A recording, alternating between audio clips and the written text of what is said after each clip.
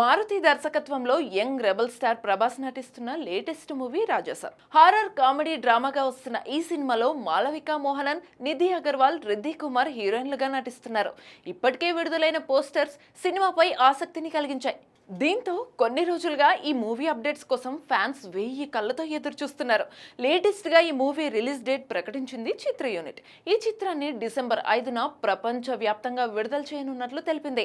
అలాగే ఈ నెల 16న ఈ మూవీ టీజర్ రిలీజ్ చేయనున్నట్లు వెల్లడిస్తూ ప్రభాస్ కు సంబంధించి ఓ కొత్త పోస్టర్ రిలీజ్ చేశారు. ప్రభాస్ నుంచి మొదటిసారిగా హారర్ నేపథ్యంలో వస్తున్న మూవీ కావడంతో అందరి దృష్టి ఈ చిత్రంపైనే ఉంది. ఇదిలా ఉంటే తాజాగా ప్రభాస్ కు సంబంధించి ఓ న్యూస్ వైరల్ అవుతుంది. ఈ మూవీని పీపుల్ మీడియా ఫ్యాక్టరీపై టీజీ విశ్వప్రసాద్ ప్రొడ్యూస్ చేస్తున్న విషయం తెలిసిందే.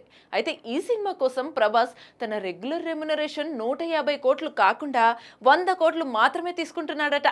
ఈ సినిమా కోసం ఆయన 50 కోట్లు తగ్గించినట్లు తెలుస్తుంది. దీనికి కారణం కూడా ఉందని అంటున్నారు. గతంలో ప్రభాస్ నటించిన ఆదిపురుష్ చిత్రంతో రాజాసాబ్ నిర్మాత చాలా నష్టం చవిచూశారు. అందుకే ఇప్పుడు ఆయన కోసం ప్రభాస్ తన రెమ్యునరేషన్ తగ్గించినట్లు తెలుస్తుంది. మరి రాజాసాబ్ ఎలా ఉంటుందో చూడాలి.